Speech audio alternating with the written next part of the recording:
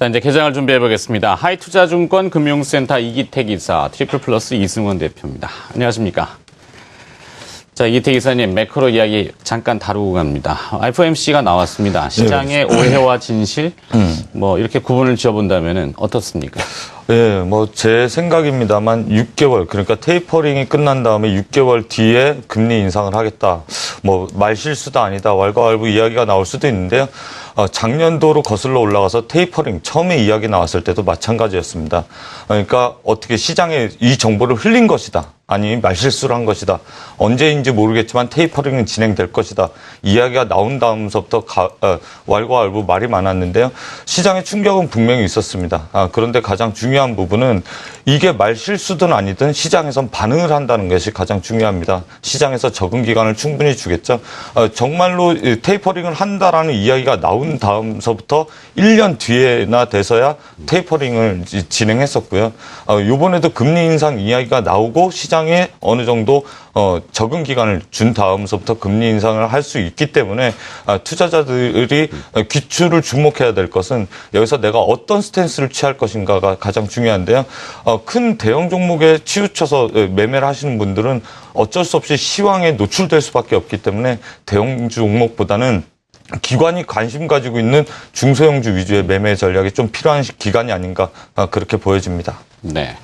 자, 제닛 옐런 연준 의장이 이 considerable time, 그러니까 상당 기간에 대해서 기자가 어떤 의미냐 그랬더니 대략 6개월 이렇게 얘기했고 6개월 후에 반드시 금리를 인상하겠다는 분명히 아닌데도 시장은 조기 금리 인상, 조기 출구 전략으로 해석을 합니다.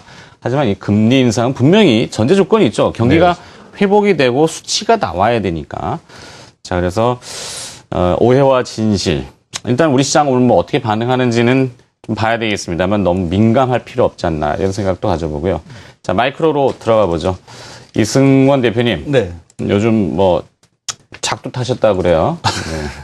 기업 올해도 다 알짜배기로 분석을 잘 하시는데 네. 흐름의 맥이 분명히 있지 않겠습니까? 네. 뭐 시장 전체를 다 묶어가지고 보는 것은 필요 이상이고 불가비인 것 같은데 조금 이렇게 자세하게 넣어봤을 때 투자의 힌트 어디에 좀 찾고 계시는지요? 최근에 이제 코스닥에서 나타나는 현상이 이제 변동성이 확대되는 모습을 보여주고 있습니다. 특히 이제 고포주들 중에서 모멘텀이 부족했던 기업들, 모멘텀이 그러니까 지금 어떤 기업이 가니까 뒤따라서 다른 기업들 중에 실적이 안 나오는 기업들 같은 경우는 이제 변동성이 확대되는 그런 모습들을 보여주고 있는데 이 얘기는 이제 어떤 의미로 받아들일 수 있냐면은 고포주들 중에서도 이제 어느 정도 한계 상황에 부딪히는 그런 기업들이 나타날 수 있다라는 것을 의미합니다. 그래서 이제 시장이 한쪽에서는 이제 저포주 쪽을 찾고 한쪽에서는 저 PBR주를 찾는 이런 흐름들이 좀 나타나고 있다라고 보셔도 될 것 같고요.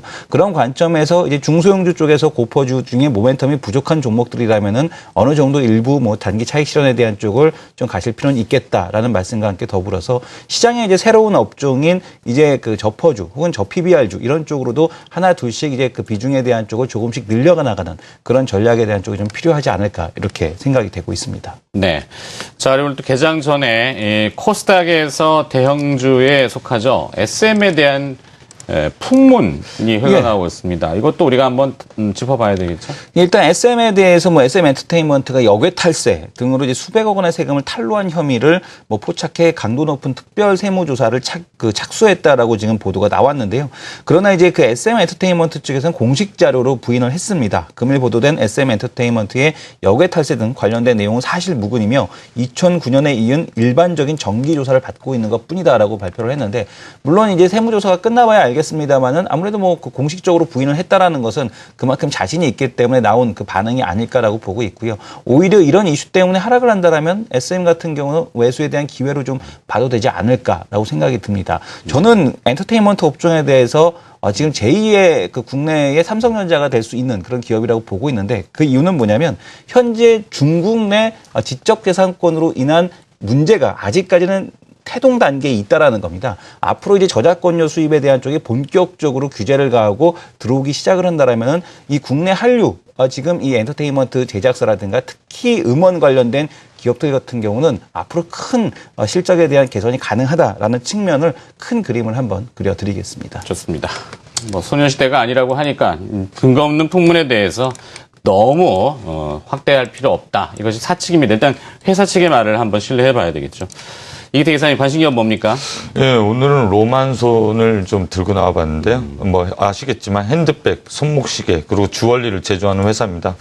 예전에는 손목시계만 유명했었는데 이제는 주얼리 쪽 그리고 핸드백 쪽이 시장 점유율 확대를 해나가고 있습니다. 무엇보다 중국에서 온라인 쇼핑몰 그리고 중국의 면세점 진출에 대한 성장성이 두각되고 있는 시점이기 때문에 로만손 같은 기업들은 좀 눈여겨보실 필요성이 있지 않나라고 보여드리고요.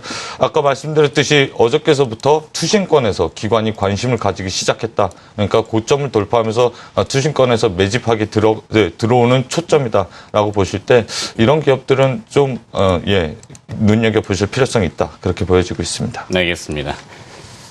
자, 종목 피킹을 잘하시는 우리 기업 분석.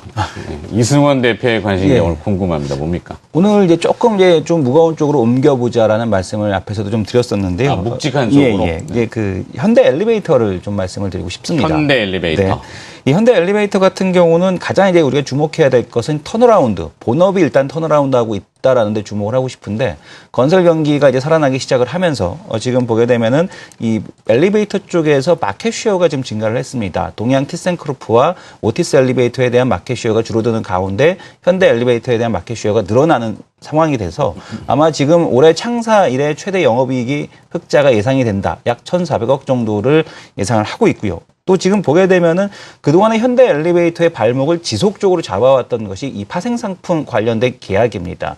이 파생상품 관련된 계약 14건이 있는데요. 현대상선에 대한 경영권 방어를 위한 파생상품 계약이 이제 올해 초에 해지를 하기로 지금 이제 일정을 잡아놨죠. 그래서 이것과 함께 더불어서 더 이상의 보게 되면은 경상 이익 측면에서 적자로 나가는 그런 흐름이 이제 더 이상 발생되지 않는다라는 것이 두 번째 포인트가 되겠고요. 세 번째 같은 경우 이제 자금이 계속해서 유입이 됩니다. 유상증자 자금 대금 유입이 됐죠. 그리고 또 지금 보게 되면은 현대 로지스틱스에 대한 공모를 추진하고 있기 때문에 공모 대금이 유입이 될 것이죠. 또 보게 되면 현대증권에 대한 매각도 추진을 하고 있어서 지금 그 자금에 대한 쪽이 계속해서 확보가 되고 있다라는 측면 긍정적으로 볼 수 있을 것 같고 마지막으로 지금 대북 관련된 모멘텀이 계속 발생을 하고 있습니다. 그렇죠. 제가 그 박근혜 대통령의 통일대박 발언 이후로 한번 말씀을 드렸었죠. 대북 관련주들을 과거 테마주처럼 접근하지 말고 지금 그 덩치 있는 종목에서 실적 개선이 가능한 종목들을 좀 보셔야 됩니다라는 말씀을 드렸는데 그 대표적인 종목이 바로 현대 엘리베이터가 될 수 있을 것 같습니다.